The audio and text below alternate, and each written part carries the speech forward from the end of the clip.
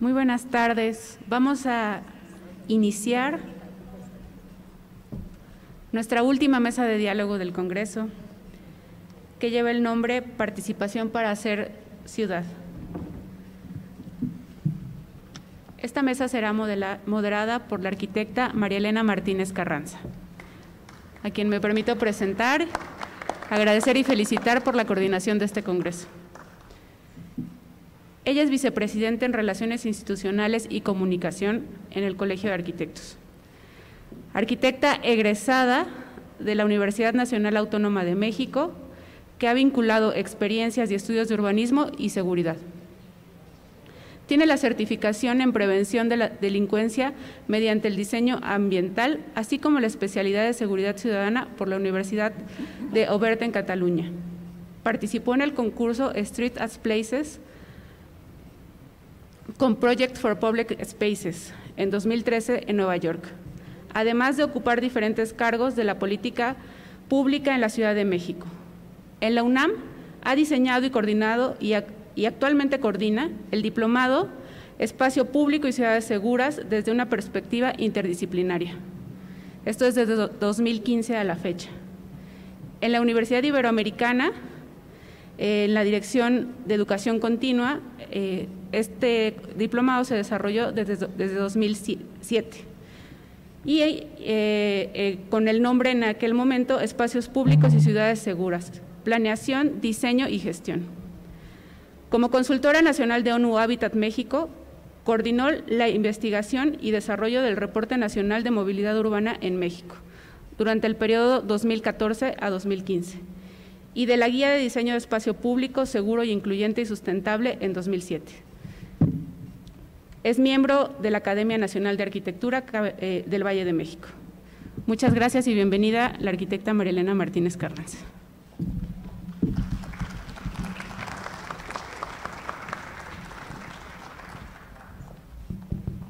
Muchas gracias, muy buenas tardes a todos ustedes y quiero agradecer de manera muy especial a todos los panelistas de esta última mesa de diálogo de nuestro Congreso.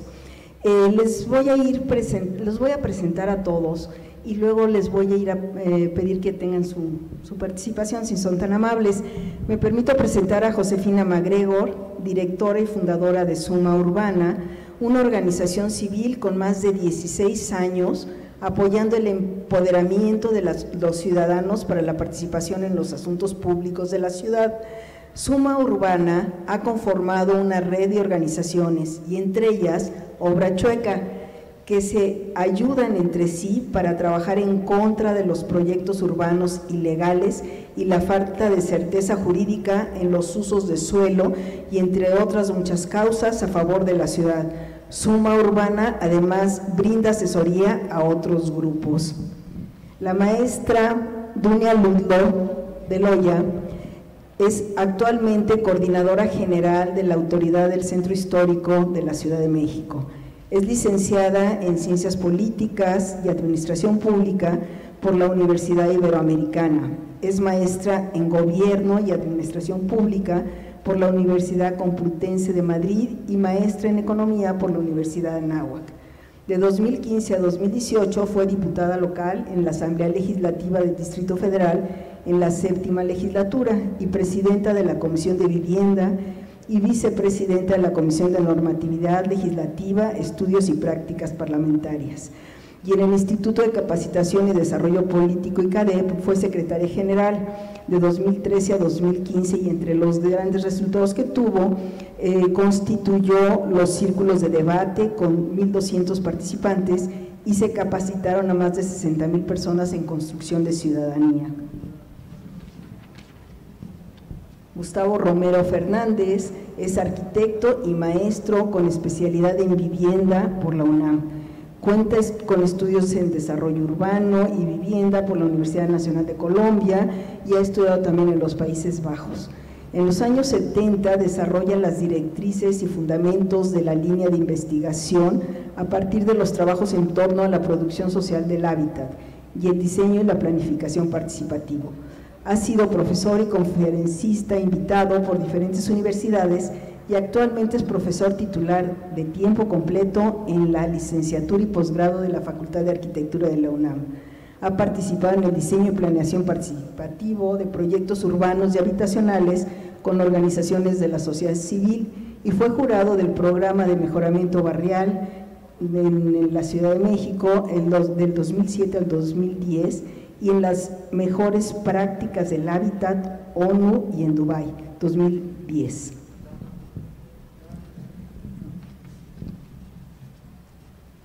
El arquitecto Gabriel Sánchez Valverde. Gabriel es arquitecto por el Instituto Politécnico Nacional, tiene una maestría en urbanismo sostenible por la Universidad Politécnica de Cataluña en Barcelona y creador de 3 iniciativas ciudadanas en la Ciudad de México. Una de ellas es renovación de la cultura urbana en la informalidad de los barrios, colonias y pueblos de México en 2012. Tepito Recicla, Tepito Sustenta, gestión para una planta de reciclaje de recursos sólidos en el centro de la Ciudad de México. Coordinador del proyecto de Programa Parcial de Desarrollo Urbano del barrio de Tepito, realizado desde la comunidad. Esto lo hizo de 2016 al 2021. Y actualmente es CEO de Barriópolis Consultores, laboratorio dedicado a generar proyectos y estrategias desde la expertise de las comunidades. Alberto Martínez Flores cuenta con estudios de Ciencia Política por la Facultad de Ciencias Políticas y Sociales de la UNAM. Durante su gestión al frente del programa de mejoramiento de barrios de la Ciudad de México, el programa recibió varios reconocimientos internacionales, entre estos un premio por buenas prácticas de participación ciudadana del Observatorio Internacional de la Democracia Participativa de Barcelona, España en 2009, el premio Urban Age que otorga el Banco de Alemania en 2010 y el World Habitat Award que otorga la Fundación de Building and Social Housing en Londres. Y en 2012 recibió el reconocimiento Alas de Líder como uno de los 10 líderes mexicanos comprometidos a la difusión de conocimientos y herramientas para el diseño de espacios urbanos seguros por la International Safety Association. Es socio fundador de la Red Internacional de Mejoramiento de Barrios de Latinoamérica, con sede en Bogotá, Colombia, y fue director de vinculación y atención a organizaciones sociales de la CEDUBI, en donde implementó el acompañamiento social de los diversos proyectos urbanos. Actualmente, Alberto es director de supervisión del Programa de Mejoramiento Urbano de la Secretaría de Desarrollo Agrario, Territorial y Urbano del Gobierno de México y es coordinador del Diplomado en Intervenciones Urbanas Integrales de la Facultad de Arquitectura de la UNAM y forma parte de la Asociación Civil COR Ciudades Vivibles y Amables.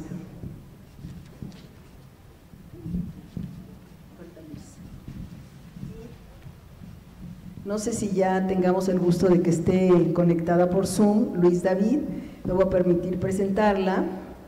Es doctora en urbanismo por la Universidad de París Est y directora de la Alianza para la Regeneración Urbana, una organización que acompaña a empresas y habitantes y gobiernos en desarrollar las mejores prácticas de participación y sustentabilidad para mejorar los barrios deteriorados y desaprovechados en México. Fue profesora de Sociología Urbana y Sustentabilidad en las Maestrías de Desarrollo Urbano de la Universidad Iberoamericana de la Ciudad de México y en Tijuana.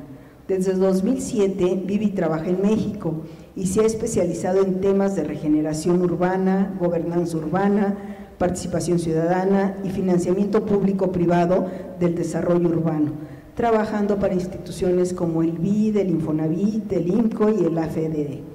Muy buenas tardes y les agradecemos mucho a todos nuestros panelistas su participación y en nuestra mesa, con esta mesa concluimos todas las reflexiones que hemos llevado a cabo en nuestro congreso y queremos hablar sobre esta importancia de la participación ciudadana precisamente para ir construyendo ciudad. En este entorno yo sé que todos ustedes tienen una amplísima experiencia y pues la idea es que puedan compartir con todos nosotros estas vivencias, estas estrategias, qué es lo que ustedes sienten más relevante dentro de este quehacer diario de la participación ciudadana y qué recomendaciones podrían darnos aquí a nosotros los arquitectos. Entonces le voy a pasar la palabra a Josefina MacGregor, si eres tan amable, Josefina. Muchas gracias para la presentación, Gracias. Pues buenas noches, muchísimas gracias por la invitación. Es un reto, ¿verdad? Ahora sí que con una mesa, con personajes como los que están, es todo un reto. Y nada más quiero hacer un comentario para iniciar. Mi perspectiva es 100% ciudadana. O sea, mi trabajo profesional es traducción simultánea, soy socióloga y luego traductora simultánea, y mi ámbito vinculado con esto es meramente desde lo que hemos aprendido en el campo. Llevo alrededor de 25 años en participación ciudadana vinculada con estas áreas. Entonces, cuando me hicieron el favor de invitarme, dije, bueno, ¿por qué empezaría, no? Si yo fuera, a mí me interesara saber por qué la sociedad civil participa. Y lo quise englobar en 4 elementos principales. El primero es el grupo que tiene conocimiento profesional y que quiere ayudar. En Suma Urbana recibimos con frecuencia mensajes diciendo: soy geólogo urbano, soy urbanista, soy arquitecto, soy ingeniero, soy especialista en patrimonio, me gusta el trabajo que hacen y quiero ayudar. La segunda motivación puede ser por interés personal. Hay gente que tiene una actividad profesional, pero dentro del ámbito personal le interesa mucho la conservación del patrimonio, le interesa la conservación del medio ambiente y se mete a estos temas por esa razón. La tercera es, hay personas que están muy interesadas, y ahí conocí yo a Dulnia, en precisamente la política pública y tener leyes que nos aporten, ¿no? Muchas veces queremos hacer cosas y nos damos cuenta que tenemos una legislación que nos lo impide o que nos lleva por un camino equivocado.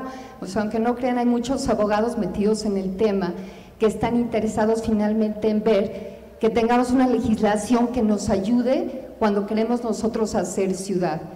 Y por último, quizá personas como yo que nos fuimos afectadas en lo personal por actos de corrupción vinculados con el patrimonio, en mi caso en lo personal en San Ángel, pero en diferentes áreas, y de pronto empiezas a tratar de encontrar cuáles son los elementos que te pueden ayudar y descubres un mundo como este, ¿no? La participación ciudadana vinculada con el desarrollo urbano.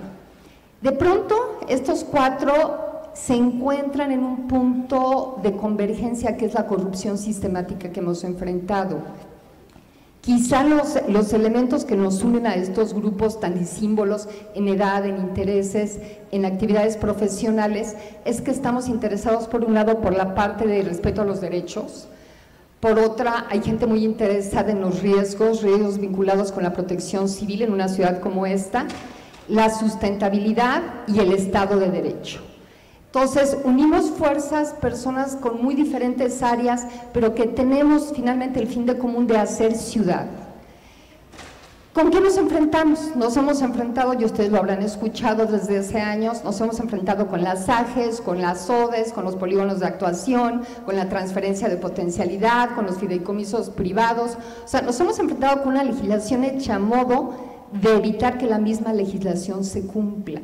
Nos hemos encontrado con una legislación que permite que se creen grandes lagunas de excepción, como por ejemplo los sistemas de actuación por cooperación, donde todos tenemos que cumplir en alguna colonia con una legislación, menos estas 10 manzanas que formaron un SAC y van a poder hacer cosas completamente diferentes, y con ello rompiendo el equilibrio que trata de lograr un programa general de ordenamiento territorial o un programa delegacional de ordenamiento territorial.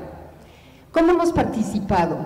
Una de las participaciones más importantes que hemos tenido como grupo, y digo como grupo porque aquí éramos 90 asociaciones en la Comisión de Derechos Humanos de la Ciudad de México, presentamos totalmente sistematizadas, veo algunos de los que participaron aquí con nosotros, 1,500 denuncias totalmente sistematizadas, después de 2 años de trabajo pidiendo un informe de la Comisión de Derechos Humanos para efectos de decir que la violación sistemática en términos de desarrollo urbano y usos de suelo trae grandes afectaciones a los derechos. Cerraron nuestro expediente diciendo que rebasaba la posibilidad de abordarlo a la comisión.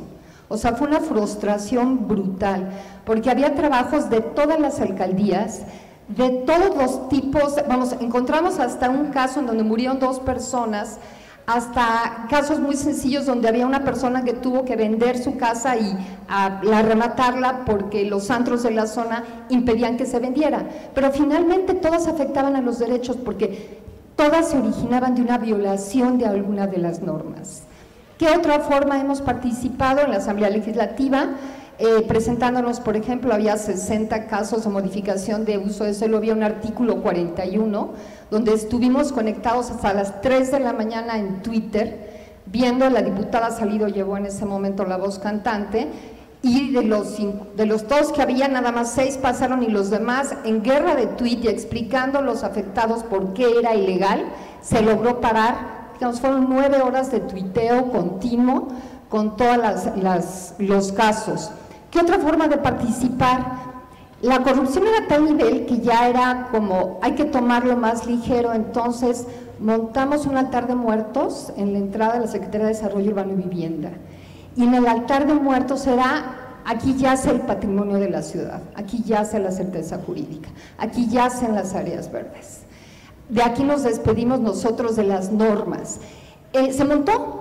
Y después montamos lo que es un tendedero en todas las delegaciones, no eran alcaldías todavía de la ciudad, montamos tendederos colgando todas las obras y usos de suelo irregulares que había tolerados. Entonces pusieron tendederos por toda la ciudad. Son formas de participar, finalmente son formas de expresar, son formas de presionar para que se regrese el Estado de Derecho.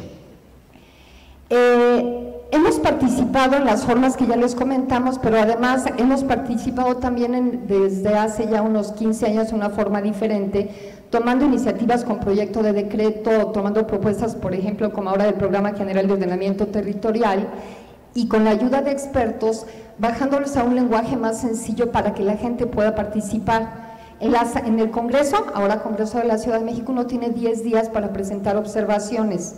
Entonces, cuando vemos algún tipo de ley o propuesta que se está discutiendo, lo que hacemos es mandar el original, mandar observaciones, explicarle a la gente cómo puede participar y permitir que participe.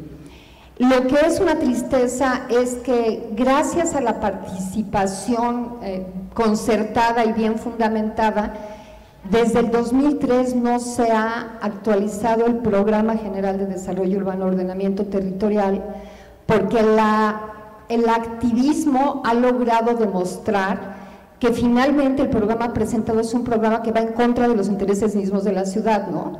Casi siempre termina por otorgarle a quien está a la cabeza de la ciudad, en el gobierno o en la Secretaría de Desarrollo Urbano, poderes absolutos para modificar el uso de suelo. Se ignoran muchos elementos, es una tristeza, pero finalmente fuimos 500 asociaciones a la Asamblea Legislativa que nos presentamos, habían dado para las audiencias 2 días, tuvo que ser una semana, toda mañana y toda la noche, y finalmente la conclusión fue, el programa no va por toda la serie de irregularidades que se presentaban. ¿Para qué ha servido? Para hacer un contrapeso, para frenar casos de corrupción, para ayudar al valor ambiental, para evitar que se engañe a la gente y le vendan cosas que son ilegales. Hemos tratado de evitar lagunas legales para tener más certeza jurídica y hemos exigido una gestión integral de riesgo. Las preguntas que son, con eso termino, las preguntas que les dejo después ¿es esta la mejor forma de participar para una ciudad como esta? ¿Qué podríamos hacer diferente si sumáramos todo este esfuerzo de una forma proactiva y no defensiva? ¿Por qué después de 20 años los problemas y formas de corrupción siguen siendo exactamente los mismos? Gracias. Muchas gracias, Josefina. Vamos primero a tener todas las participaciones de los panelistas y ya después abrimos el diálogo. Y le vamos a pedir a la maestra Dunia, si eres tan amable.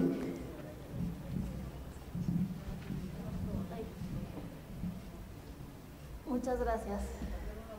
A ver, déjame primero, veo cómo funciona. Le pongo aquí play, ¿verdad? Si alguien nos puede apoyar. Ok, Vale, mil gracias. Bueno, justo traje una... Ah, ya vi, perfecto. Traje una presentación y un videíto, a ver si nos da tiempo de ponerlo en algún momento, que justo habla de el modelo que estamos utilizando en la autoridad del centro histórico para poder tener una mejor coordinación con la comunidad comercial y la comunidad vecinal que tenemos principalmente en el perímetro A del centro histórico. Primero, para poner en contexto, creo que es importante informarles, decirles qué hace la autoridad del centro histórico, que es un ente que coordina, surge en el 2007 cuando hacen estas grandes inversiones en el centro histórico, y que el centro se vuelve como víctima de su propio éxito y empieza a ir mucha gente al centro. Y entonces surge la necesidad de crear esta instancia para que coordine no solamente a las instancias del gobierno de la Ciudad de México que confluyen en el centro histórico, sino también a las 2 alcaldías que tienen facultades dentro del centro histórico y también las instancias normativas del gobierno de México, así como CFE, que presta servicios dentro del centro histórico. Cuando nosotros llegamos en esta administración, además de generar esta coordinación interinstitucional que ya existía, la doctora Claudia Sheinbaum nos encomienda aumentar esta coordinación con la comunidad comercial y vecinal para, en primer lugar, construir un modelo de gestión territorial, mejorar los servicios urbanos que se prestan por parte del gobierno de la Ciudad de México, mejorar la seguridad y, por supuesto, bajar y dar seguimiento a los más de 250 millones que el gobierno de la Ciudad de México está invirtiendo en el polígono A y polígono B del centro histórico. Hasta actualmente nosotros tenemos participando en esta red 830 vecinos que nos ayudan a atender de primera mano los problemas de inseguridad, que es el principal enfoque de esta red, mejorar la atención ciudadana en servicios urbanos y, por supuesto, dar seguimiento y difusión a los proyectos de intervención urbana que se realizan principalmente a través de grupos de WhatsApp, en el que atendemos a la ciudadanía prácticamente las 24 horas del día y los 27 días de la semana. ¿Cómo lo hicimos? Lo que hicimos fue dividir un poco más el perímetro A del centro histórico para también poder abarcar las zonas de intervención urbana que se están llevando a cabo por esta administración. Lo dividimos en función de las problemáticas que se tienen. El centro histórico es muy grande y no son iguales los problemas de la Lagunilla que los problemas de la zona financiera o de los problemas de la Guerrero. Entonces hicimos las zonas en función también de las problemáticas para que quedaran homologadas y respetando también los cuadrantes de la Secretaría de Seguridad Ciudadana. De esta forma hicimos 8 zonas. La primera de ellas es Santa María la Redonda, que incluye la obra que hicimos en el polígono de Santa María la Redonda y el polígono de San Hipólito. El siguiente es el de Callejón del 57 y La Lagunilla, que también incluye la obra que estaremos haciendo en el polígono de La Lagunilla. El tercero, Santo Domingo. Cuarto, el Distrito Financiero, Zócalo. El sexto, que fue la primera obra que hicimos, que incluye la antigua Merced, la zona de Regina y la zona también de San Pablo. A partir de esto, lo que nosotros hacemos es, como les dije, además de los grupos de WhatsApp, tenemos reuniones trimestrales con los vecinos en donde no nada más participan los que son miembros de la red, sino hacemos un toque puerta a puerta para convocar a los vecinos. Y en estos grupos de WhatsApp están, por supuesto, los vecinos y vecinas del centro histórico, que tratamos de tener entre 2 y 3 vecinos por cuadra, con la intención de tener una mejor gestión territorial. Estos chats tienen reglas, no pueden reportar cualquier cosa, por eso también los hacemos firmar tanto el reglamento como la carta de confidencialidad para respetar a los vecinos. y está conformado por diversas autoridades, principalmente de la Secretaría de Seguridad Ciudadana en sus 3 áreas: preventiva, auxiliar y tránsito, la Secretaría de Gestión Integral de Riesgos y Protección Civil, la Fiscalía General de Justicia de la Ciudad de México, el área de servicios urbanos y la autoridad del centro histórico, para ir atendiendo los reportes que constantemente nos envían los vecinos y que son moderados por un funcionario de la autoridad del centro histórico que le da seguimiento a través de las diferentes mesas que tenemos con las instituciones y que también nos ayuda a que el chat siempre esté cumpliendo el objetivo para el cual fue creado y no se disperse.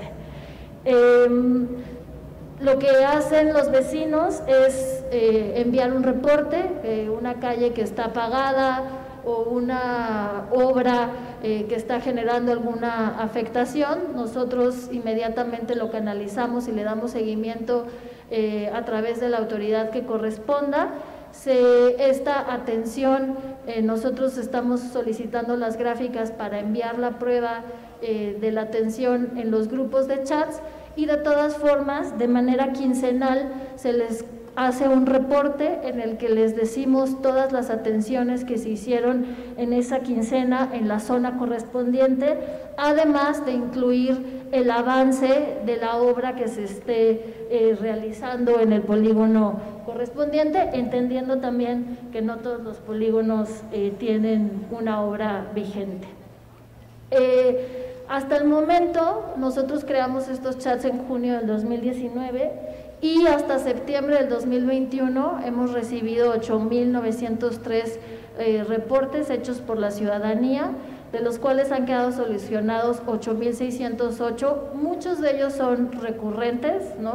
Los autos que están estacionados y que luego regresa, o el ambulante que se pone y que luego regresa, entonces constantemente lo tenemos que estar solucionando para que se empiece a sentar el ordenamiento, y hasta el momento tenemos una eficiencia del 96.68%.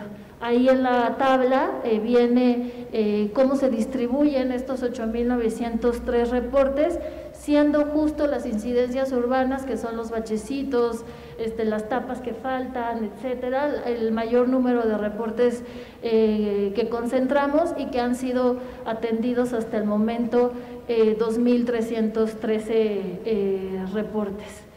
Además del seguimiento que hacemos en los grupos de chats, entendiendo que también que las reuniones presenciales nos pueden dar una información adicional que luego es difícil dejar por escrito, tenemos reuniones presenciales. Antes de la pandemia procurábamos hacerla cada 3 meses, tuvimos un lapso durante la pandemia que las tuvimos que hacer por Zoom, y llevamos 30 reuniones en las que ha participado más de 1,003 vecinos, más las que les comento que hicimos de manera virtual.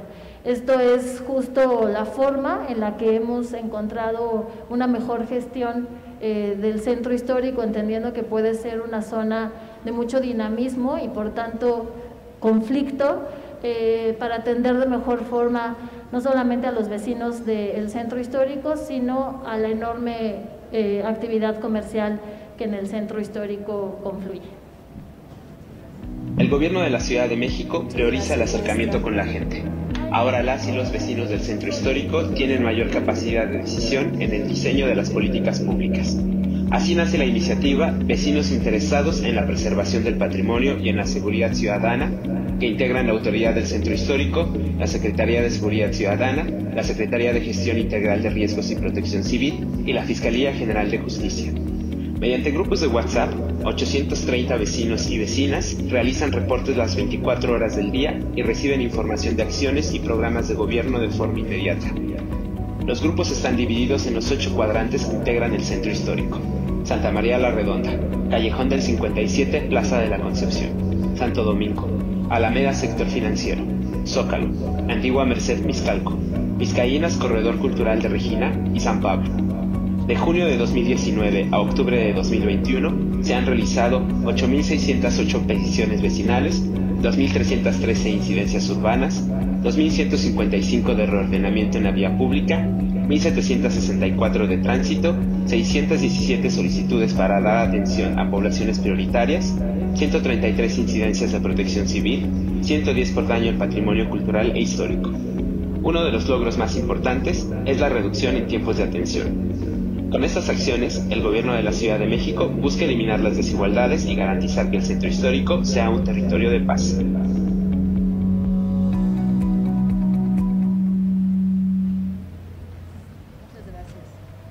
Gracias.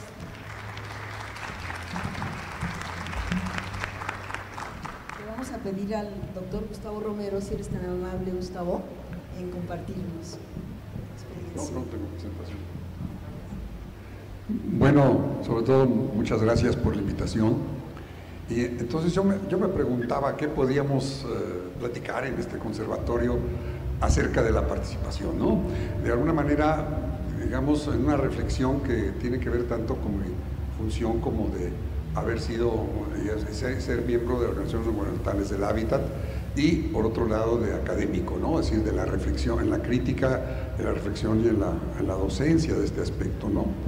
Y entonces, lo primero que a mí me venía es ver toda esa, muy rápidamente, esta reflexión histórica en la que me ha tocado estar desde hace 50 años, cuando empezamos a plantearnos el problema de la participación urbana. Y nos surgió en el grupo nuestro que nos pidieron actuar en encargarnos del plan del Centro Histórico de la Ciudad de México, y que a nosotros nos extrañó, porque dijimos, nosotros no somos urbanistas, ¿no? Dicen, lo que pasa es que ustedes son los que trabajan con los grupos sociales que están en los grupos de allá adentro, y entonces por lo tanto hay un conocimiento de ese tipo de cosas. Eso nos metió a nosotros a reflexionar y a tratar de entrar en lo que nosotros casi iniciamos, que sería un urbanismo desde el punto de vista social, no ya desde el punto de vista solamente técnico o de las formalidades que venían de las posturas académicas, ¿no? Entonces, eso a nosotros nos enfrentó con muchísimos problemas, porque no había en ese momento muchas ideas de la participación, inclusive se veía como raro, ¿no? De alguna manera. Y tuvimos, claro, evidentemente, mucha inconsistencia, sobre todo había como una molestia en muchos de los llamados planificadores no formales, porque estábamos planteándonos otra cuestión de alguna manera. Pero ese fue el inicio de la participación y nos planteó a nosotros cómo entender esta cuestión. Y la primera de ellas que entendimos es que la participación es un hecho fundamentalmente político, ¿no? Y esto es una cosa que no hay que perder de vista. Y al ser evidentemente político, tiene que ver con todo el conjunto de cuestiones de la sociedad, con lo jurídico, con lo económico, con la social, con los patrones de vida y con muchas, y que estábamos hablando más que nada de cómo la gente podía participar en la actividad de su hábitat, ¿no? De alguna manera. Solamente veamos que, de alguna manera, por ejemplo, en términos de vivir, de vivienda, el 95% de la población no tiene ninguna posibilidad de tomar decisiones realmente de dónde quiere vivir o cómo quiere vivir, ¿no? Entonces, esto es un problema que está metido profundamente en una sociedad que no tiene una tradición participativa, ¿no? De alguna manera.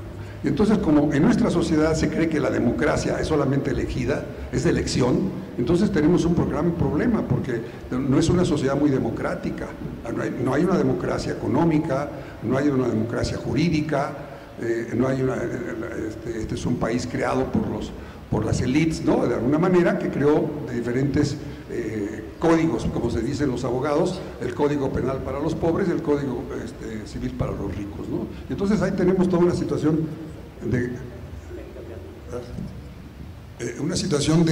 de contradicción en términos de la participación. Es decir, ¿quiénes participan? Bueno, en primer lugar tenemos muchos grupos sociales, muchas clases sociales que tienen una relación de asimetría, un poder asimétrico. Y entonces, por lo tanto, cuando enfrentamos esta cuestión, esto es uno de los aspectos que tenemos que ver. Y en primera instancia, una primera cuestión, es decir, el derecho a participar, que eso es otra cosa, es una construcción que se ha venido dando y que por fortuna ahora ya está más abierto y hay mucho más conocimiento de ello y más, sobre todo, entendimiento de que así tiene que ser, y sobre todo en el campo urbano, ¿no? Yo ahorita me referiría al campo arquitectónico, donde no es tanto así, ¿no? En ese sentido. Entonces, yo creo que esto es una de las partes de las luchas que tenemos que seguir dando, es decir, para que exista también una posibilidad por un lado, de prácticas, que ya ha habido bastantes, ¿no? De alguna manera hay muchas prácticas, aquí nos están hablando de algunas ya en ese sentido, que por fortuna hay de muchos grupos ciudadanos que están en esa situación, y otras que se han desarrollado por diferentes actores, por el movimiento popular, por las organizaciones gubernamentales, por algunos gobiernos que han abierto estas posibilidades de ese sentido, ¿no? De alguna manera, e inclusive la lucha que se ha logrado por algunas leyes al respecto, algunas son todavía muy limitativas, como las de los planes de desarrollo, que de alguna manera pues solamente se plantean las consultas, por ejemplo, que eso es una limitación, porque eso es, muchas veces se confunden inclusive la participación, ¿no? Se confunde la participación por oír a la gente, por irle a preguntar, hacerle una encuesta o una serie de cosas de ese tipo. Recordemos una cosa que es muy importante, que mi compañero Enrique Ortiz siempre ha dicho: lo importante no es participar, lo importante es tener el poder de participar. Eso es lo importante, y en ese aspecto tenemos una enorme simetría. Por eso hay grupos sociales que tienen toda una serie de posibilidades mucho mayores de participar que otros grupos en ese sentido, ¿no? Y por lo tanto ha sido también una lucha en esa cuestión, ¿no? Sobre todo del derecho a participar. Y hay algunas cosas que me surgían un poco con la presentación de Josefina MacGregor, que ellos han luchado por las violaciones a la ley y los reglamentos. Nosotros hemos luchado contra los reglamentos. Si los reglamentos marginan al 70% de la población. Entonces muchas veces hay que luchar para tratar de darle espacio a que la gente pueda tener los derechos de estar en las situaciones, ¿no?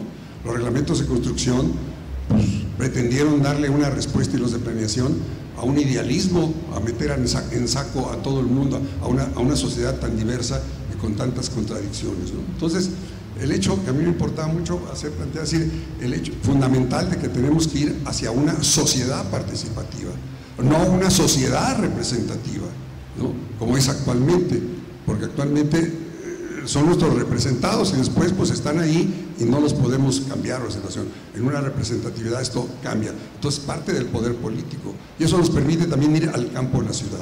Hacer ciudad significaría que podamos participar todos de alguna manera en formas más simétricas para poder ir construyendo las ideas de la ciudad, desde lo que podemos hacer actualmente, que muchas veces no es tan grande, pero sí podemos hacerlo y hay que caminar en función de ello.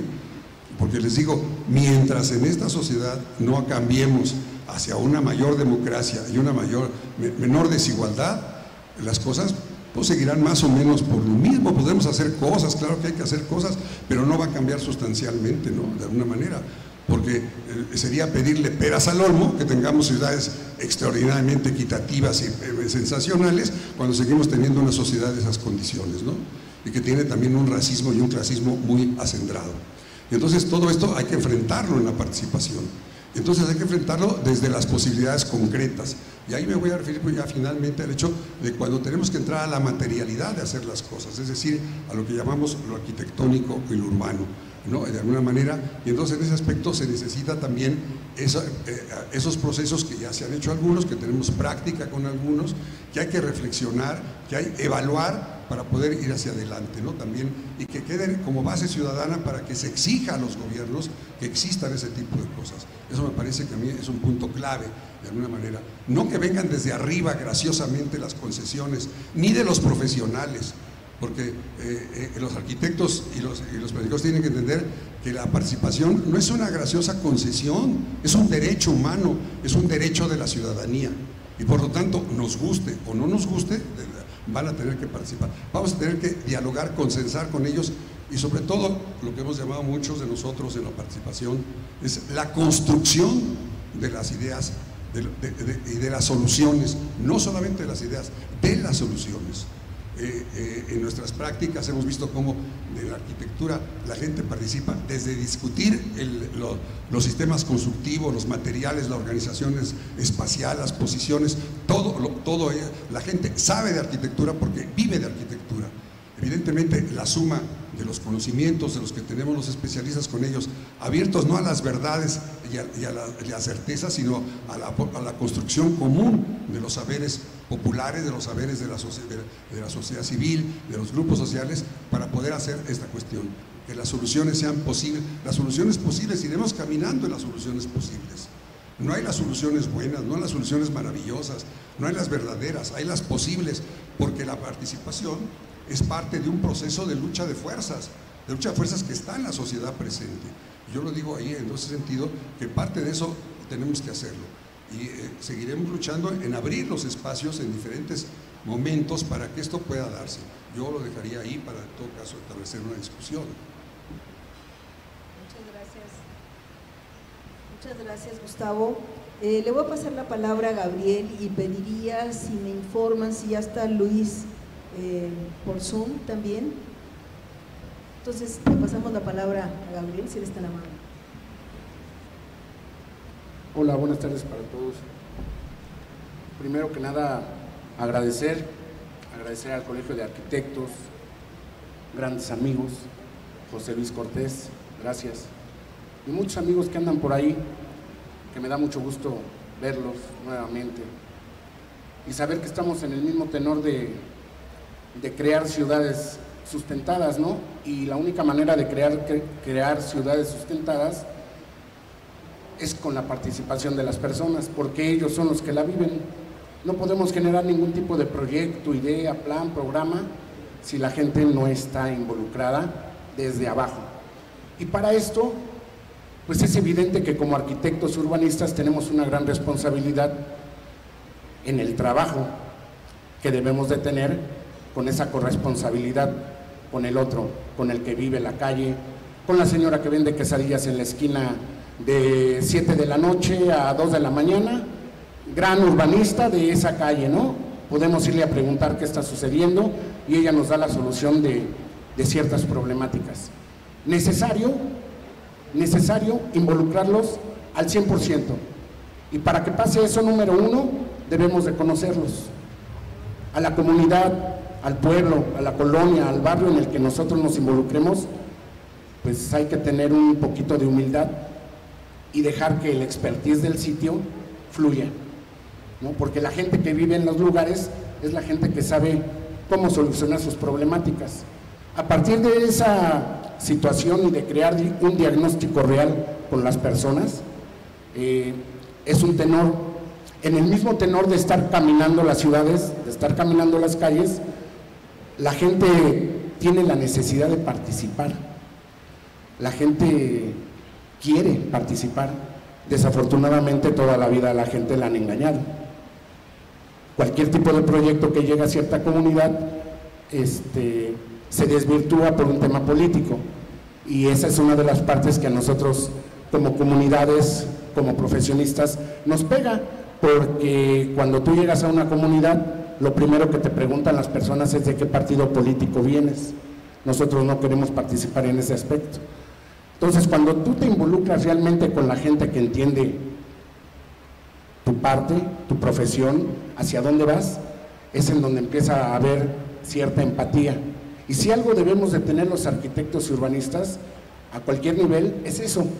No necesariamente tenemos que vivir la calle para entender la problemática como tal, pero sí tener este aspecto de empatía, de saber que lo que vive la gente en esta situación, pues es nula calidad de vida. A partir de esa premisa de estar sentándonos constantemente con las personas que viven estas problemáticas, es como se dio la tarea de hace 8 años aproximadamente. Nosotros empezamos a generar proyectos pequeños, es decir, intervenciones urbanas, placemaking, pero en diferentes puntos importantes de ciertas comunidades. Es decir, hacíamos ciertas metodologías con las escuelas de los barrios, con los maestros, con los papás, con los directores y con los niños. De repente la acción era pintar su fachada y 20 metros de banqueta. Pues el resultado de todo esto fue que los jóvenes y los niños entraban ya con otra mentalidad a su escuela. Esas pequeñas acciones que de repente creemos que no funcionan, por supuesto que transforman a las personas, porque de vivir y de estar en un barrio, pueblo gris, y de empezar a dar colores, y esas son las pequeñas intervenciones que empiezan a transformar a la gente, sí, pero de manera paralela debemos de trabajar un programa, un diagnóstico que nos lleve a tener ciertos recursos etiquetados el día de mañana en un programa como una ley, para que realmente los resultados de estos diagnósticos se lleven a cabo. Y no los grandes proyectos, sino son verdaderamente proyectos o iniciativas o intervenciones, acciones que no cuestan muchas veces nada de dinero, sino las acciones como tal. Y estamos alejados de eso.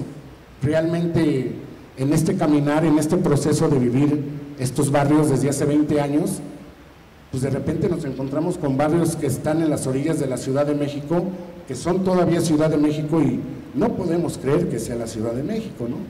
Dices, ¿a poco todavía esto es ciudad? Y lo que pasa alrededor de la zona metropolitana del Valle de México es realmente triste. Triste porque la gente vive mal, la gente vive como pueda, no tiene la asesoría de no vivir en ciertos lugares. Ahora con toda esta situación del medio ambiente, la problemática ambiental y lo que está sucediendo en los cerros, en los ríos, dicen por ahí las tragedias, pues solamente la naturaleza reclama sus espacios, ¿no? Entonces no estamos entendiendo hacia dónde ir con todas estas comunidades en un tema de trabajar corresponsablemente. Y para poner un ejemplo de todo esto, nosotros coordinamos, inicialmente no se llamaba Programa Parcial de Desarrollo Urbano del barrio de Tepito, era un plan maestro que nació en el 2007, y seguimos investigando, y llegó el punto en el que en el 2015 se lo presentamos a la autoridad como un programa parcial de desarrollo urbano, y lo aceptaron. El tema aquí es que desde el 2007 a la fecha, la gente sigue participando en las nuevas ideas, en las nuevas propuestas, en las nuevas acciones que tiene este programa parcial de desarrollo urbano. Y quiero poner énfasis en esto. Dentro de la investigación que nosotros hemos estado realizando, cerca de 42 programas parciales de desarrollo urbano en la Ciudad de México, pues ni uno obedece a una participación ciudadana legítima, ¿no? Todos los programas parciales de desarrollo urbano obedecen a ciertos intereses políticos, económicos, estratégicos y de territorio. Y bueno, ya han comentado aquí el tipo de corrupción que hay con los inmobiliarios, con los arquitectos, con los urbanistas, a los que le toca, ¿no? A los que en algún momento lo que menos les interesa es saber cómo se vive en esos lugares. Y creo que una de las premisas en este tema es caminar. El arquitecto y el urbanista tienen la obligación de caminar diario y caminar mucho, porque esa es la única manera de leer la ciudad, es la única manera de saber qué es lo que le duele a nuestra ciudad. Y esa ha sido la constante en nuestro trabajo. Llegamos a ciertas comunidades y lo primero que nos dicen es, si hay un proyecto que nos beneficie, jugamos. Y uno como arquitecto debe de tomar en cuenta hasta dónde puedes llegar con esta situación, si realmente puedes generar ese proyecto o no, o si lo pones en la mesa y haces que la ciudadanía lo logre. Por ejemplo, cuando los copacos, que antes eran comunidades participativas, comités vecinales, y ahora son comités participativos comunitarios, ¿no? Ajá. Se llaman copacos. Hace 4 años eran comités vecinales, se convirtieron en copacos, ahora ellos han hecho suyo el proyecto. El proyecto está ahí, salieron 28 proyectos para el barrio de Tepito, específicamente de acuerdo al diagnóstico. Los proyectos son de infraestructura, de equipamiento, de vivienda, de patrimonio, de espacio público, de calles, etcétera. Ahí están. El programa parcial de desarrollo urbano ahorita se encuentra en la CEDUBI y precisamente el martes van los copacos a hablar con el nuevo director de desarrollo urbano con la intención de que lo aprueben, si hay correcciones que hacer, las hacemos y para adelante, ¿no? El tema es dejar a la gente empoderada, que su participación tenga legitimidad, porque pasa mucho, y esa es una constante, que en cualquier tipo de participación ciudadana que haya, las propuestas siempre se quedan a medias, nunca se llega a concretar un programa bien o diferentes proyectos. En el barrio de Tepito, curiosamente, el abandono institucional ha sido siempre. El 13 de agosto de 1521, que acaba de ser hace un mes, resulta que fue hecho prisionero Cuauhtémoc hace 500 años, ahí, en una iglesia que se llama la Iglesia de la Concepción Tequipeuca, que significa lugar donde comenzó la esclavitud. El simple hecho de la importancia histórica que tiene ese espacio no se merecería estar como está, literal, ¿no? Arreglan allá, arreglan acá, arreglan por todos lados y hay una discontinuidad urbana al llegar al barrio. Por ejemplo, ahora a Santo Domingo, del Zócalo al Eje 1 Norte sobre República de Brasil, acaba de quedar muy bonito, arreglaron muy padre y quedó fantástico. El corte urbano se queda en el Eje 1 Norte y se va hasta el Eje 2, no importando lo que pasa en la calle de Peralvillo, sabiendo que Peralvillo es la primera avenida prehispánica que conectaba al norte del Tepeyacatl con el centro de la ciudad, y es Tepito. Y de repente ya en el Eje 2 hacia la villa vuelve a estar bonito con sus ciclovías, con sus banquetas, pero en la parte de Peralvillo no hay nada. No sabemos si las autoridades tengan proyecto, no sabemos nada porque no lo dicen. De repente este tema del perímetro A, ¿quién dijo que el perímetro A tenía que ser en esas calles? ¿Quién dijo que el perímetro B tenía que pasar por esta situación, por una callecita y luego darle vuelta acá y luego darle vuelta allá? Para darles una idea, cuando nosotros estábamos haciendo la investigación del programa parcial, le pedimos información al Instituto Nacional de Antropología e Historia. No tenían catalogado a Tepito, más que 3 iglesias. Entonces nos dimos a la tarea de hacer la catalogación junto con ellos y resultó que tenemos 100 inmuebles patrimoniales en el barrio de Tepito, incluyendo las 3 iglesias. Es decir, vivimos en una zona patrimonial importantísima, sí, que se está cayendo a pedazos, ¿no? El 70% de las calles de Tepito se inundan, el 65% de las calles de Tepito no tienen iluminación y pues nos podemos ir en diferentes temas y en diferentes porcentajes. Hay 4 escuelas de 12 que hay en Tepito que ahora con la pandemia le exigen a los niños lavarse las manitas y tener cierta higiene. No hay agua en la escuela, en Tepito, a 20 minutos, a 10 minutos del centro histórico. Entonces, situaciones como esas son las que los vecinos hoy en día pues decidieron tomar como bandera este programa parcial, y ahora la exigencia de los copacos y de los vecinos que no son copacos es legítima. Ahora el programa parcial es de ellos y nosotros solamente somos unos mediadores entre autoridades, entre los vecinos, porque muchas veces hasta en los propios vecinos saben gestionar, saben llevar documentos, saben qué sigue después de eso, ¿no? Esas gestiones también es importante tomarlas en cuenta junto con ellos. Entonces, es un programa parcial de desarrollo urbano hecho con la gente, para la gente, número 1. Número 2, con un trabajo transdisciplinario, porque trabajaron arquitectos, urbanistas, trabajadores sociales, sociólogos, historiadores y un sinfín de voluntariados que fueron los que hacían estas constantes cuestionarios a las personas que viven, que trabajan y que están en Tepito, porque uno de los temas importantísimos para entrarle a cualquier territorio es conocerlo, es entender de fondo qué es lo que pasa en esos lugares. Y en Tepito se entendió de fondo eso. Hoy en Tepito no solamente hay 40,000 personas viviendo, hay 120,000 personas caminando diario en el barrio de Tepito, unos comprando, unos vendiendo, otros X, ¿no? Entonces, entender esas cargas que le caen al barrio de Tepito e irlas desmenuzando para entender el territorio, yo creo que esa es una tarea que debemos de hacer en cualquier territorio. Y por ahí lo dejo. Gracias. Muchas gracias, Gabriel.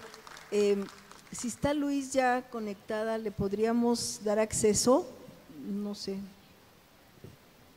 Nadie me comenta. Hola, hola, aquí estoy yo. Bueno, no sé si me escuchan. Luis, ¿qué hubo? ¿Cómo estás? Buenas tardes. Hola, ¿cómo están? Si podemos pasar tu presentación y adelante. Claro, adelante. Gracias. Perfecto. Muchísimas gracias por la invitación primero. Y pues aquí ven mi presentación, ¿verdad? Sí, te comento nada más, Luis, que al principio hicimos las presentaciones de todos los participantes en el panel, entonces adelante. Sí, estaba aquí, entonces perfecto. Bueno, entonces, pues muchas gracias por la invitación a participar a ese panel. Y aquí como intenté responder a la pregunta por qué la participación ciudadana es importante para hacer ciudad. Y entonces nosotros desde la Alianza para la Regeneración Urbana, la primera respuesta que damos es que la participación ciudadana es fundamental para co-construir la sustentabilidad. Las ciudades son de los espacios en el planeta que están enfrentando más los retos del cambio climático y es fundamental entender que esos retos del cambio climático pues solamente se pueden atender a través de la colaboración entre habitantes, entre autoridad y las empresas. Entonces, por eso nosotros pensamos que la participación ciudadana es fundamental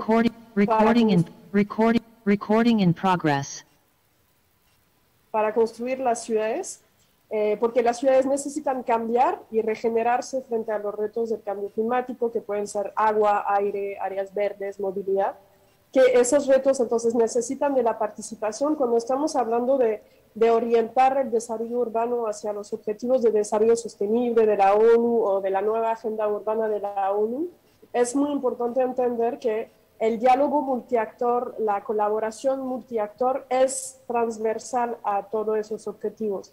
Esos objetivos no podremos como mejorar la gestión del agua si no hay una colaboración multiactor, si los habitantes no cambian sus hábitos, si las autoridades no mejoran las infraestructuras y si las empresas no mejoran sus prácticas, por ejemplo, ¿no?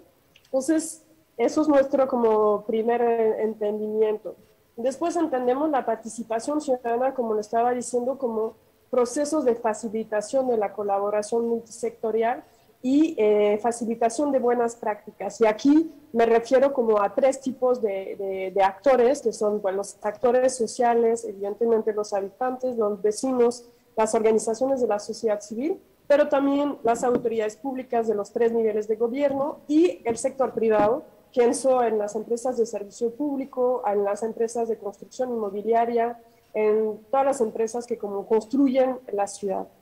Entonces, aquí lo importante, o creo que como lo que aporta la participación ciudadana, es entender que la ciudad de mañana no se trata como de estar el primero en tener la solución solamente para uno, ¿no? O estar como con la verdad solito. El tema es compartirlo y encontrar el ganar-ganar, y solamente a través del diálogo multisectorial, a través de la participación ciudadana se puede llegar a ese ganar-ganar. Entonces, los actores que tienen que modificar sus formas de trabajar, que hoy en día muchos actores como gubernamentales o privados trabajan solitos pensando que tienen la solución, tienen que adoptar mejores prácticas para, como lo comentaba el arquitecto ahora, para como abrirse a los otros, preguntarse, tener la humildad de escuchar los expertos de la ciudad, que son los que los viven día a día. Entonces, creo que la participación ciudadana se trata de acompañar a esos actores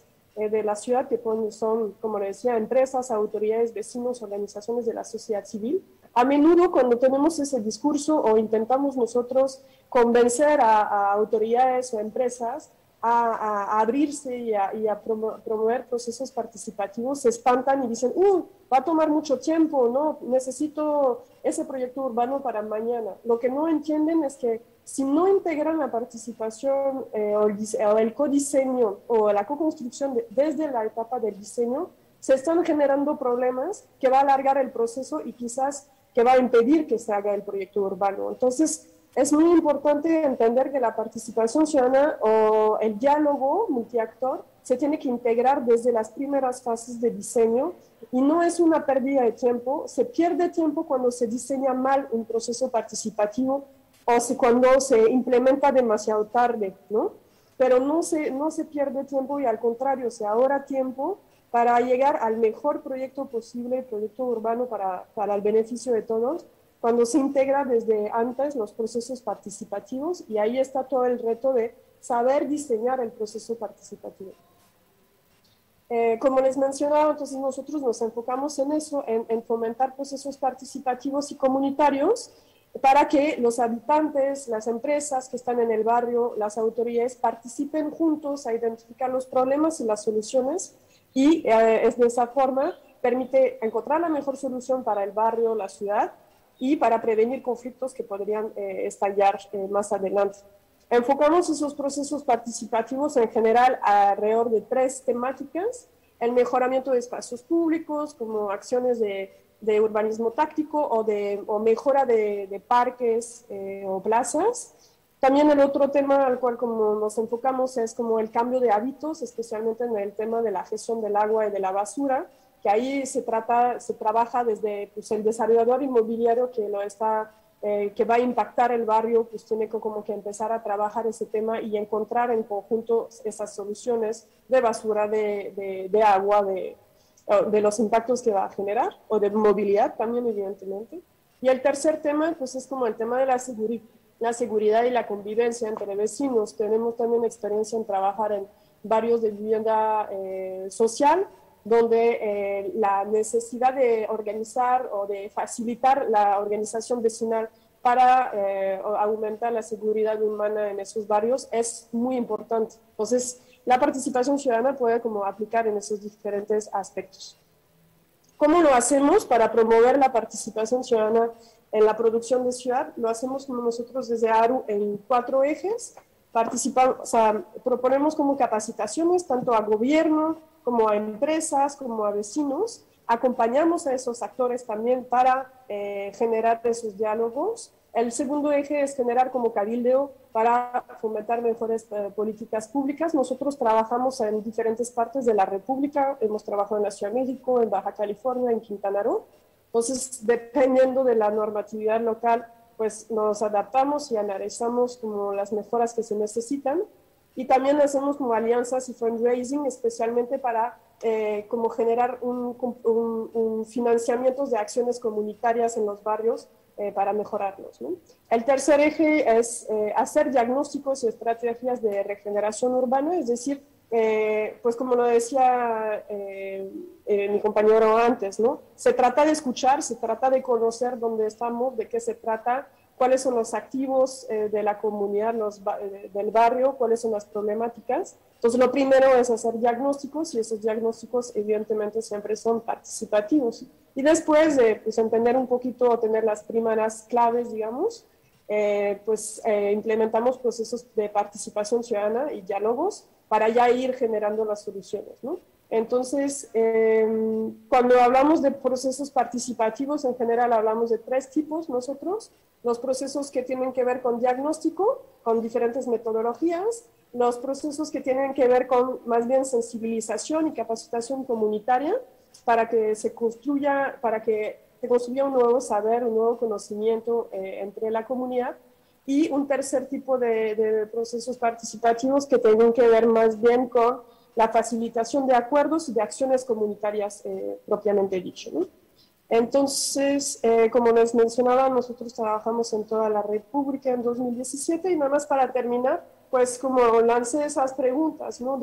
Creo que hoy en día las preguntas que nosotros nos hacemos desde la ARU para promover mejores prácticas entre los actores urbanos son estas: cuáles son las autoridades públicas y las empresas que están listas para adoptar mejores prácticas que fomenten la colaboración multisectorial, es decir, quiénes son esas organizaciones o dónde están, que están dispuestas a preguntar a los habitantes, a los expertos del cotidiano, qué está pasando en el barrio y cuáles son sus opiniones o sus experiencias, sus iniciativas. Y también creo que una gran pregunta es mucho como de saber quién está dispuesto, y eso lo pienso más para los arquitectos en particular, quién está dispuesto a integrar la participación desde el mismo diseño de los proyectos urbanos.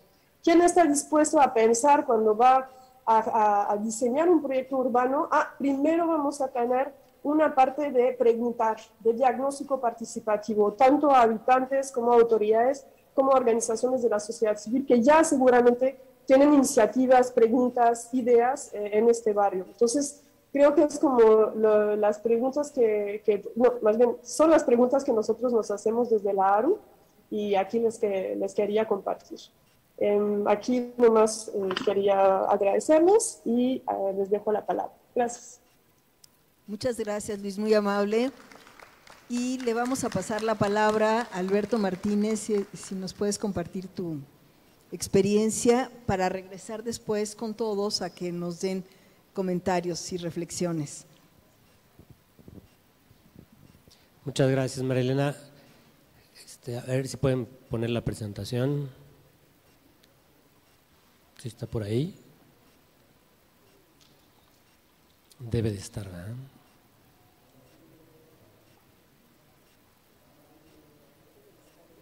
Ahí está. Sí, ok. Bueno, muchas gracias, María Elena, otra vez por estar aquí. Ya mucho tiempo de trabajar juntos. Y gracias al colegio y felicidades por su 8º congreso. Y cuando nos invitan a participar en una mesa donde el tópico es participación para hacer ciudad, yo siempre pienso en el tema del suelo, ¿saben? Porque el suelo es ese bien que se nos está acabando en las ciudades y es con el que todo el mundo especula, ¿no? Todo el mundo quiere un cachito de suelo y por eso cuando el suelo se ve transgredido en zonas habitacionales donde llegan oficinas, comercios, etcétera, pues hay una reacción, ¿no? Donde el suelo es mal utilizado u olvidado, como en el caso de Tepito, ¿no? Que tanto han luchado por ese reconocimiento de ese suelo con toda esa historia. Son logros que se deben de celebrar. Entonces, a ver, ¿dónde le paso aquí esto? Por aquí, ¿verdad? ¿Con este? Sí.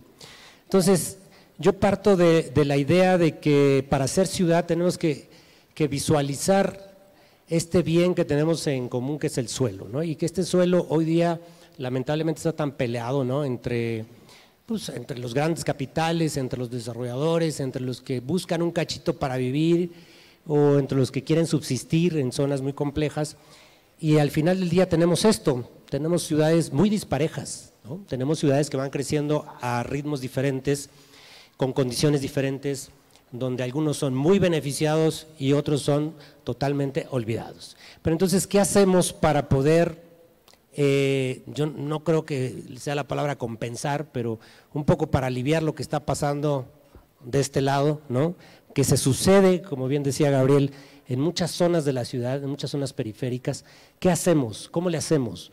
Participando, pero ¿de qué forma? ¿No? Denunciando solamente, informando como gobierno o realmente tratando de darle a la gente ese poder de incidencia. Ahorita decía Gustavo que un tema es participar, otro tema es poder participar, y yo diría que para mí el tema es cómo puedes incidir en el territorio, cómo puedes tocar el suelo que es tan disputado hoy día, ¿no? En todas las grandes ciudades como la nuestra.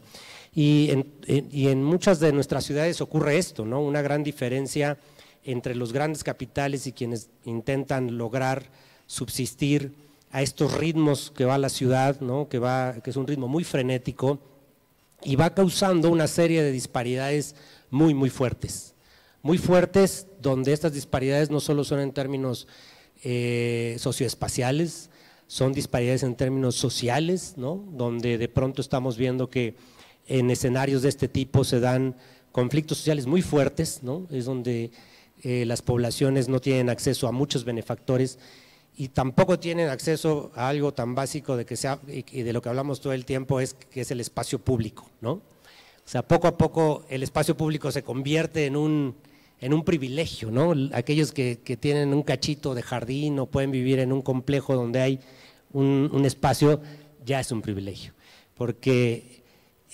así es como se está jugando el suelo y el valor del suelo en nuestras ciudades. Entonces, le estamos dando en la torre a muchas cosas, no solo al tejido social, sino también a la parte ambiental. Cuando obligamos a la gente a irse a las periferias porque el precio del suelo es mucho más barato y es mucho más accesible, pues le estamos dando en la torre a otros ecosistemas, ¿no? y con lo que ello conlleva. Entonces, personalmente, en mi profesión lo que he intentado visualizar es cómo realmente la gente puede participar del hacer ciudad, ¿no? Conocemos, por ejemplo, el tema de los presupuestos participativos, las consultas. Ahorita decía Gustavo, cuando se hace un programa de desarrollo urbano, se hace una consulta, se hacen mesas, foros, pero ¿realmente eso es hacer ciudad? Esa es como la gran pregunta para mí. ¿Cuánto se incide a partir de estas consultas? ¿Cuánto la población a la que le pones un cuestionario o la invitas a una mesa de reflexión realmente incide para cambiar estas cosas, ¿no? O sea, la persona que va a un foro, regresa a sus casas y ve estas condiciones de vida, dice, bueno, ¿realmente sirve de algo mi opinión? ¿No? Para mí, como servidor público, diría yo, godín de profesión, ese es uno de los grandes retos. ¿Cómo realmente la gente puede incidir en la política pública para hacer ciudad? Y cuando la gente incida en la política pública cambiando el territorio físicamente, ¿no? Incluso no normativamente, porque a veces podemos lograr cambiar leyes o normatividades, pero todo sigue igual, ¿no? Ya lo decía Josefina, o sea, tenemos una serie de leyes y reglamentos que, pues que no vemos gran cambio, ¿no? Y al contrario, se preservan algunos abusos.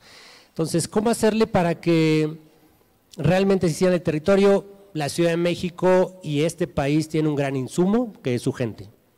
Al menos la Ciudad de México, más del 60-65% está construido por su gente, ¿no? Por autoconstrucción.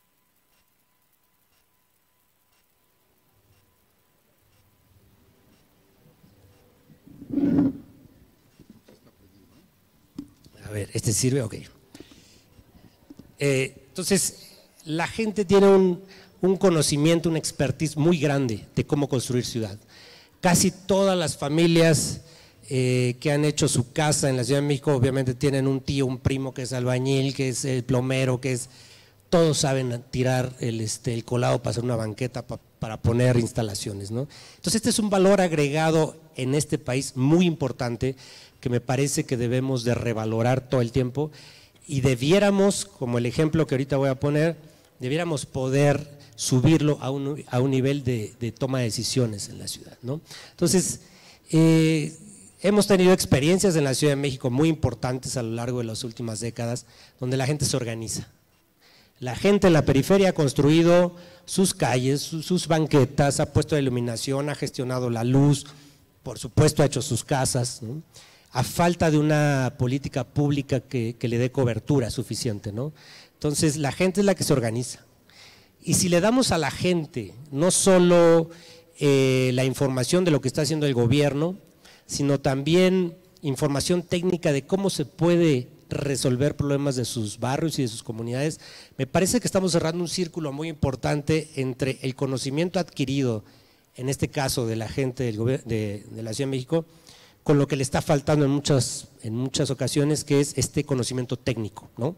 Todo ese conocimiento que tienen aquí todos ustedes, ¿no? Arquitectos, urbanistas, todo ese conocimiento combinado con el conocimiento del territorio, como decía Gabriel, pues la gente sabe y conoce su calle, pueden ser algo muy exitoso en las ciudades en desarrollo. Luego entonces, en la Ciudad de México quiero rememorar un poco esta iniciativa, que si bien nació en 2007, y ahorita lo comentábamos con Gustavo cómo nació, es una iniciativa que en el diseño, de verdad, tiene una de las respuestas de la incidencia ciudadana en el hacer ciudad.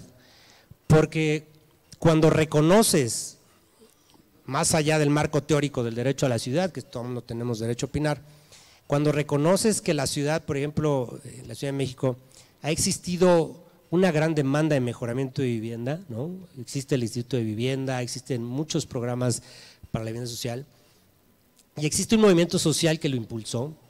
Ese movimiento social posteriormente empezó a impulsar el mejoramiento del entorno, ¿no? Nos salimos de la vivienda para impulsar el entorno. Con esta experiencia de autoconstrucción de valores agregados, podemos y se pudo generar en la Ciudad de México una iniciativa, una política pública que hoy día es ley. Existe la ley de mejoramiento de barrios, solo que como muchas leyes pues no está sucediendo mucho, se pueden generar políticas que de verdad den voz a la gente, ¿no? No solamente ir a protestar, no solamente informarles, no solamente desear que llegue o que caiga un programa de mejoramiento urbano a las comunidades, sino realmente se pueden diseñar cosas muy interesantes. Y esto fue lo que pasó en la Ciudad de México. Y miren ustedes, cuando el programa de mejoramiento de barrios nació, nos costó mucho trabajo como encasillarlo o ponerlo en ¿qué es esto? ¿No? Es un mejoramiento de barrios, es participación ciudadana, es ¿qué es? Y logramos después de mucho trabajo desarrollar esta definición, que me parece que es como la definición más simple pero más clara, que era tocar el espacio público con la participación ciudadana en acciones de microurbanismo, porque tampoco eran los grandes proyectos, ¿verdad?, para mejorar la calidad de vida territorial. Muchos compañeros y compañeras a lo largo de todos estos años han hecho sus tesis, ¿no?, de licenciatura y maestría a partir de este concepto, porque engloba una serie de conceptos que siempre vemos separados, todo el tiempo vemos separados, ¿no? Pero me parece que esto que vemos aquí se logró con el programa de mejoramiento de barrios de la Ciudad de México, y se logró porque tuvimos todos estos elementos. Logramos que la sociedad civil se sentara con nosotros en una mesa, que pudiéramos tener ahí dirimir diferencias, escucharlos, ¿no?, escucharlos fuertemente. Logramos determinar técnicamente qué era lo que queríamos, ¿no?, que era intervenir en los barrios. Algo muy importante, le dimos a la gente la capacidad de administrar recursos públicos, ¿no? Y esto fue uno de los puntos más polémicos, porque la respuesta inmediata de todo el mundo era, híjole, pero se van a robar el dinero, ¿no? Se van a ir a Acapulco o se van a comprar un coche, ¿no? Pero totalmente ignorante la aseveración, porque fue uno de los programas donde el nivel de corrupción es de los más bajos en los programas de infraestructura social, ¿no? Y también, por supuesto, se pensó que la gente tiene mucho conocimiento de su barrio y de su hábitat, pero no tiene las herramientas teóricas técnicas. Y se le dio asesoría técnica. A lo mejor muchos de ustedes conocieron el programa y participaron como asesores técnicos, acompañando a las comunidades. Y para hacerlo más transparente, porque aquí el tema de la suspicacia y la corrupción, como decía Josefina, siempre está presente, intentamos abrirlo lo más posible, sociedad civil. Gustavo perteneció mucho tiempo a este jurado donde se definían las obras, para que fuera también muy transparente, porque en la obra pública sabemos que pasan muchas cosas, ¿no? Y la continuidad, que es básica, no dejar que esto se estanque, ¿no? Un programa de mejoramiento de barrios donde se involucra a la gente en una ciudad de la escala en la que tenemos, donde recibes más de 7,452 propuestas en 10 años, o sea, quiere decir que la gente está totalmente necesitada o de proponer o de sugerir o de hacer intervenciones urbanas, ¿no? Hay ejemplos en otros países que por supuesto no tienen nada que ver con nuestra latitud, donde la gente ni se preocupa de proponer un parque, ¿no? Pues no todo lo hace el gobierno, o una calle, pues no todo lo hace el gobierno. Pues en nuestra maravillosa Ciudad de México, en 10 años, la gente ha propuesto más de 7,400 intervenciones urbanas, llámese parques, deportivos, centros culturales, etcétera, para mejorarlos. Esto quiere decir que hay una participación muy activa, muy activa, y hay un conocimiento del territorio y de sus necesidades.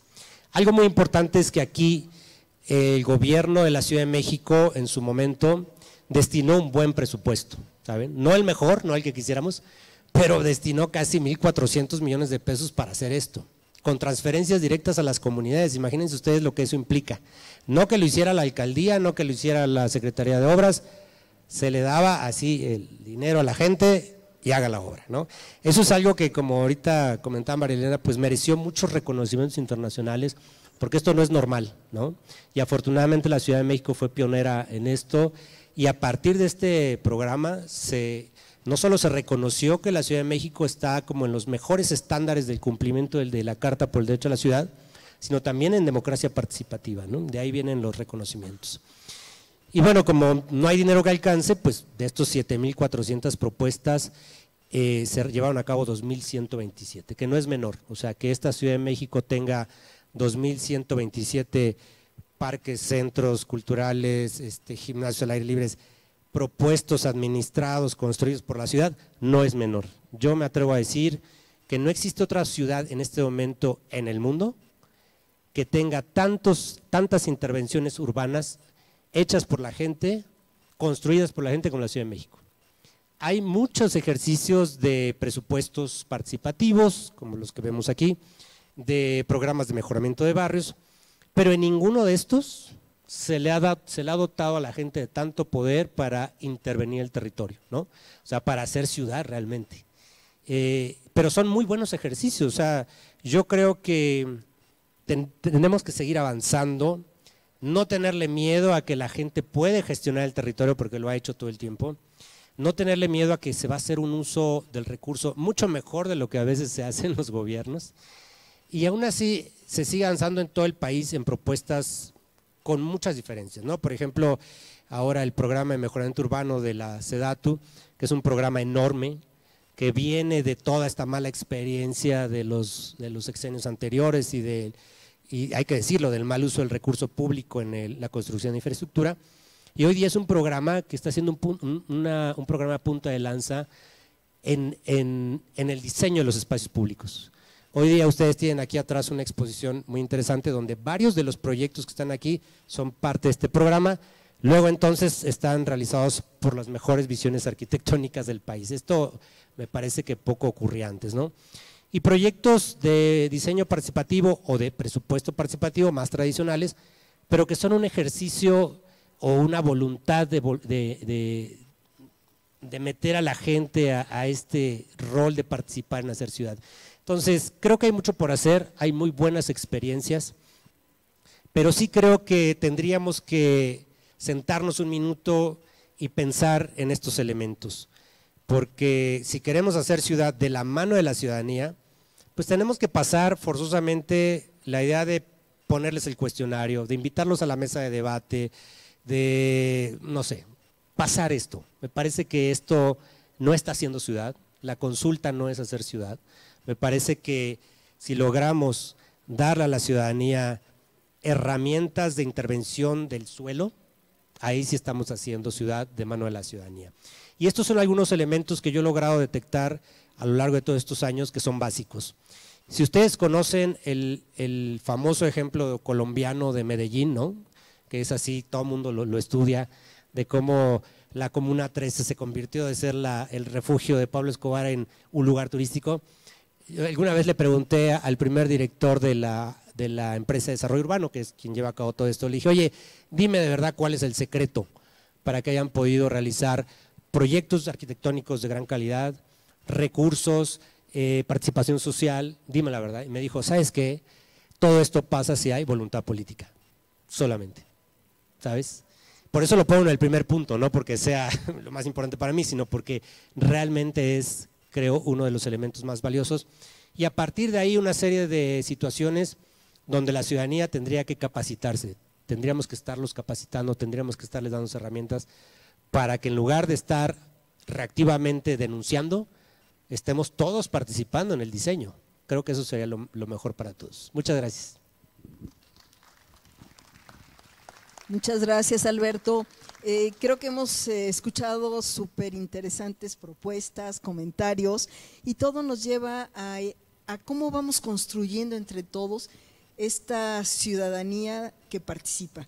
Cómo vamos, cuando intervenimos en un territorio, lo más importante es ver qué está pasando en este territorio, como bien han comentado, y entonces estos diagnósticos tan importantes con la gente son vitales.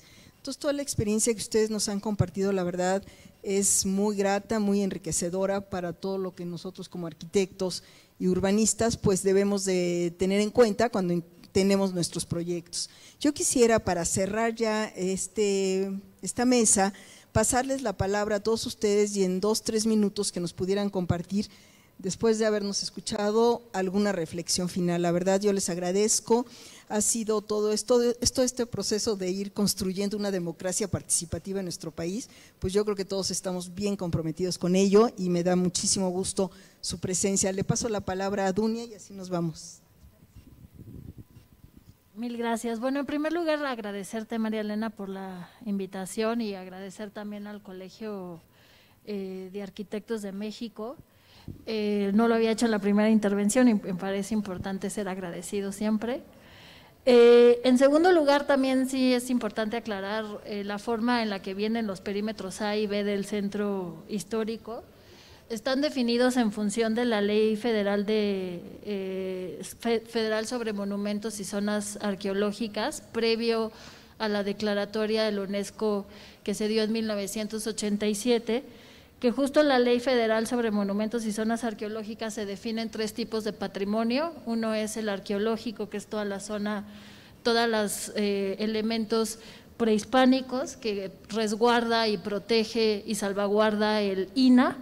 La otra es todo el patrimonio histórico, que es el previo a 1900, en toda esta etapa colonial, que también salvaguarda y protege y norma el INAH. Y finalmente el patrimonio artístico, que es el posterior al año 1900, que salvaguarda el INVAL, ¿no? Entonces, en función de eso, en 1987, cuando se hace la zona de monumentos históricos, el perímetro A, que es el que concentra el mayor número de inmuebles históricos, catalogados como históricos por el INAH, tiene 75% de los inmuebles, de los poco más de 3.500 inmuebles, son históricos, y el perímetro B funge como una zona de amortiguamiento del perímetro A, ¿no? Esa es la razón también por la cual se definen los perímetros A y B del centro histórico. En tercer lugar, entendiendo también que los que más saben de lo que necesita una zona para su desarrollo y su intervención es efectivamente las personas que lo disfrutan y que viven en esas zonas, me parece muy importante en un primer acercamiento buscar a los actores, a las organizaciones, a la sociedad civil que trabajan en los respectivos territorios para poder planear y definir qué es lo que se va a hacer aprovechando esta experiencia y este trabajo que realizan este tipo de actores. Sin embargo, me parece que para la operación sí es importante propiciar un contacto más directo con la ciudadanía.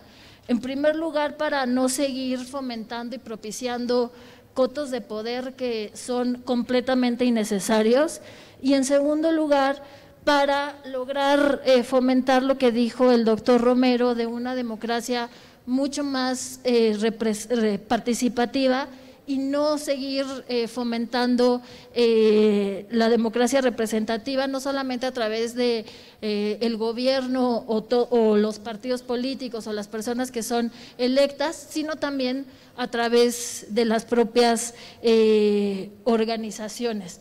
De hecho, fue la forma en la que nosotros trabajamos en el periodo de transición.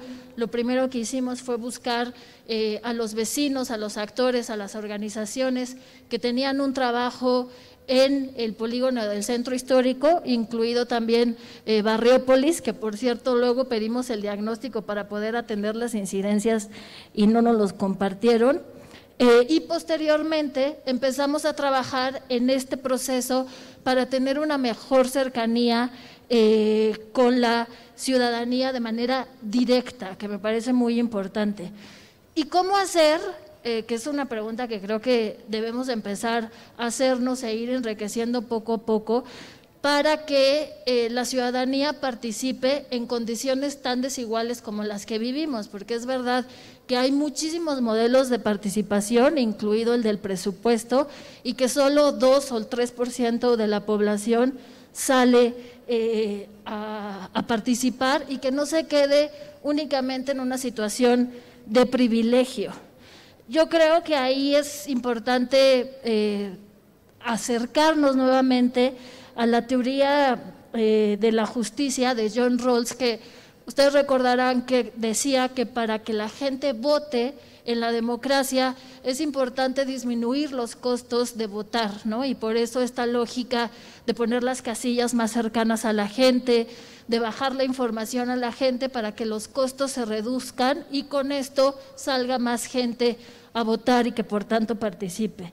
Creo que eso es lo que nos toca hacer como gobierno, lograr construir estrategias que nos permitan llevar la información de lo que hacemos y de lo que vamos a hacer a la ciudadanía y reducirles los costos de esta participación, y es justo el espíritu de la red de vecinos interesados en la protección del patrimonio y la seguridad ciudadana, en donde no solamente se da una atención, sino se le da una información constante a los vecinos para promover esa participación y que también se enriquece con su hermano programa en la vertiente social, que es Barrio Adentro, y que afortunadamente pues hemos logrado una mayor comunidad, una comunidad mucho más sólidas. Hay zonas más participativas que otras y también esas zonas que son más participativas que otras es en función de los resultados que se dan, y me parece que justo ahí está el reto.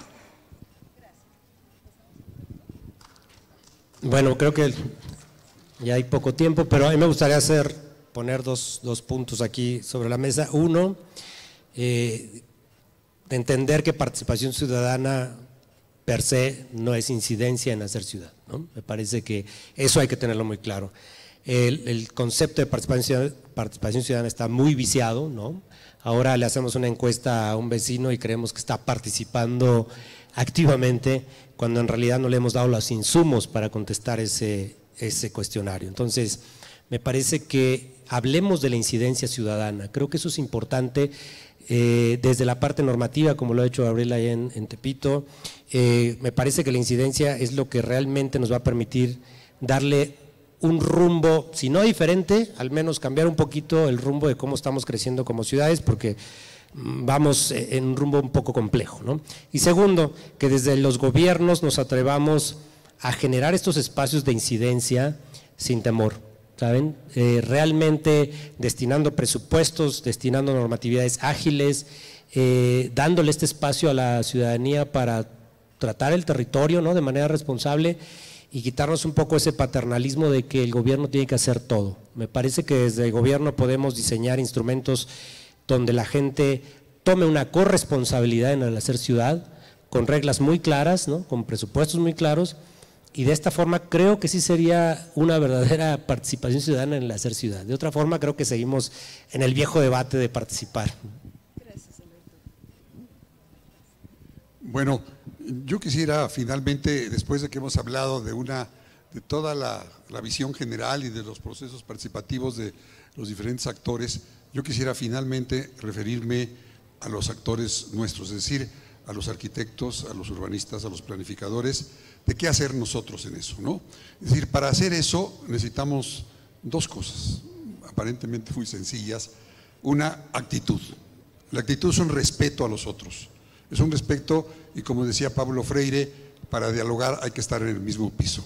Esa es una cuestión fundamental. La segunda es que también hay que tener una aptitud, no las tradicionales solamente, es decir, se necesitan capacidades específicas en las cuales hay una gran construcción teórica en el mundo y práctica, ¿no? Muchos hemos sistematizado este tipo de cuestiones para que se vea que no es simplemente un voluntarismo, sino que hay que saber hacerlo, hay que saber dialogar con los otros, en este caso, en nuestro proceso técnico, cómo podemos dialogar, cómo podemos construir con ellos, cómo podemos hacer las cosas para que surjan en nuestro saber, en esa suma de saberes, no en esa imposición de saberes, sino esa suma horizontal de saberes. Yo es lo único que diría ya.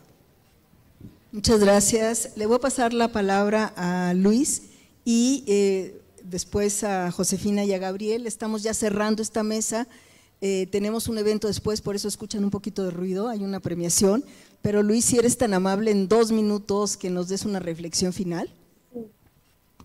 Sí, muchas gracias, muy rápido.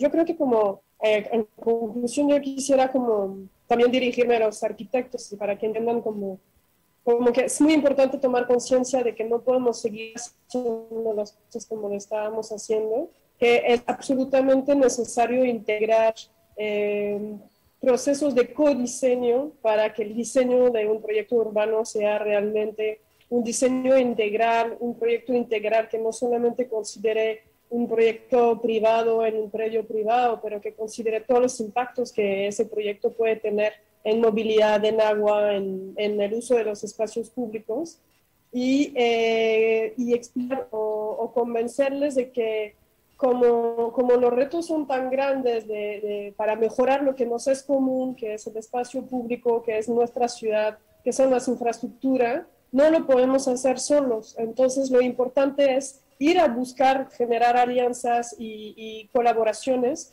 para que se pueda sumar a las iniciativas que ya existen en el barrio o en la ciudad y ser parte del cambio, pero no ser solamente uno mirando en su predio solamente, o es un proyecto urbano pensando que tiene la solución solo.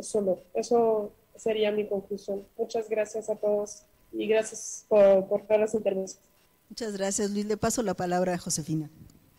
Muchas gracias. Bueno, para cerrar, a pesar de que quizá pueda haber quedado de mi presentación la idea de que la participación ciudadana solo es reactiva, para nada. Empieza reactiva, pero se vuelve propositiva. Un ejemplo, en Suma Urbana damos talleres nosotros porque tenemos el convencimiento que la información empodera. ¿Talleres de qué tipo? Después del sismo del 17 dimos un taller a la prensa, se van a preguntar por qué. La prensa habla de temas que muchas veces no entiende, entonces cuando les preguntamos, ¿hay un atlas de riesgo? La mitad dijo sí, la mitad no entendían lo que era. Una vez que el geólogo urbano del equipo les explicó, todos llegaron a la conclusión que no, el entender empodera. Damos talleres, por ejemplo, también en el Congreso y en la Asamblea Legislativa. De pronto los congresistas están legislando temas que no entienden. Entonces llevamos a arquitectos, a ingenieros, geólogo urbano, economistas, sociólogas, especialistas en política pública, y después de entender el tema, la legislación es diferente. Y por último también el mismo taller se va de pronto, el mismo, aunque no lo crean, a Santa Rosa Xochac, un área de autoconstrucción. ¿Por qué? Porque es importante ver seguridad estructural, seguridad personal, seguridad de la información de uno y seguridad de la comunidad. Y de pronto la conversación más interesante de todo eso es cuando descubren que existe el tema de geología y cuáles son los riesgos a los que están expuestos, o cuando descubres tú que de tú a tú discuten con el ingeniero el método constructivo de su casa, ¿no? Entonces yo creo, para terminar, que la participación ciudadana, si podemos hacerla a través de elementos que empoderen con conocimiento, de verdad vamos a lograr incidir en la ciudad. Pues muchas gracias a todos, agradeciendo este espacio que es importantísimo para nosotros, agradeciendo otra vez María Elena, agradeciendo al Colegio de Arquitectos, otra vez José Luis Cortés, otra vez, gracias.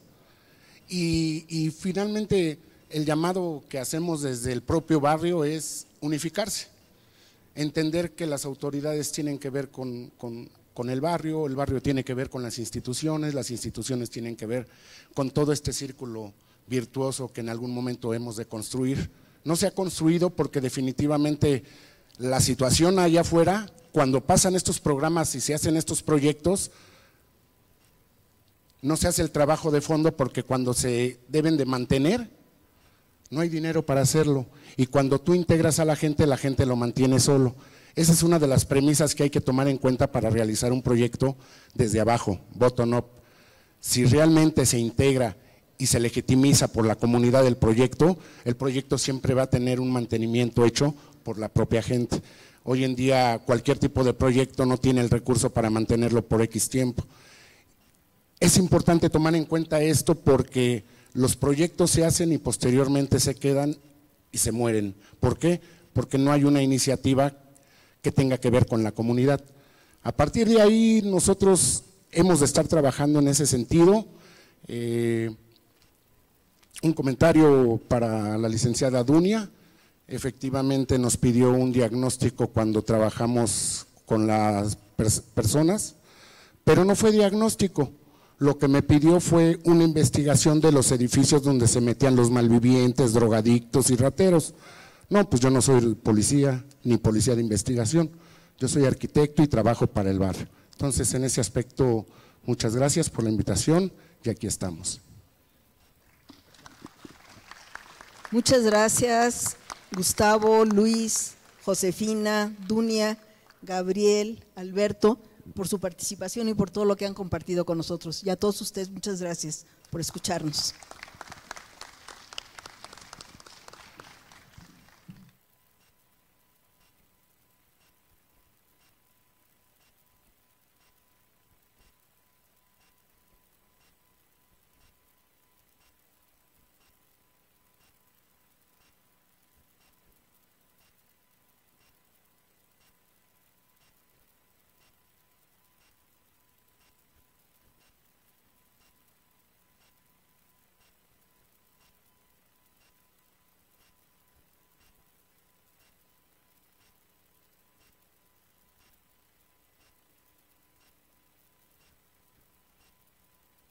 Todos los que integramos el medio. Esta última mesa en particular, esencial en términos de lo que significa la participación ciudadana y la sociedad civil como parte fundamental, como actor central en el devenir y la creación de nuestras ciudades.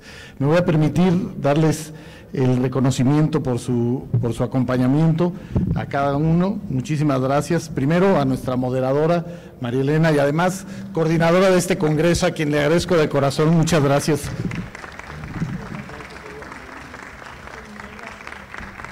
Voy en orden, perdón, están en desorden. Maestro Gustavo Romero Fernández, mi estimado Gustavo.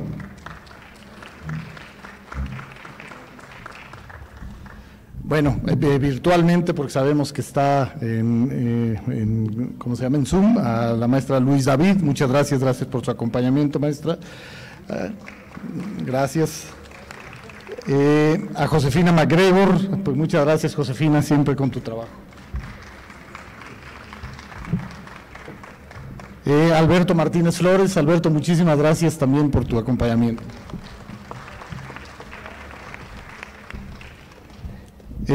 A Gabriel Sánchez Valverde, muchas gracias, muy interesante más el trabajo en Tepito.